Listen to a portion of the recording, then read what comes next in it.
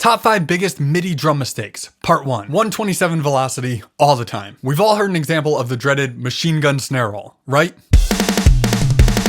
We don't want that. That's what happens when you just set the velocity of every single note as high as it goes and call it a day. That's not to say that you should avoid the highest velocities though. This is going to depend a bit on what drum program you're using. But with most of them, I'll stick with the highest velocity or close to it for my kinda normal kicks and snares, like the hits that are just part of the beat. But then you've got to go through and manually tweak any fills, ghost notes, or even just really fast sections of the song. Like for that machine gun snare fill from a minute ago. I would bring the velocity of the whole fill down a little bit, and then bring the second and fourth hit of each grouping down a little bit farther to create more variation from one hit to the next. Then when it comes to cymbals, you're going to want to go ahead and bring all of those down a good bit right from the start. Unlike with the shells of a kit, it's insanely rare that we would want the drummer to be smashing the cymbals as hard as they can. But just experiment a bit and get those cymbals away from the highest velocity.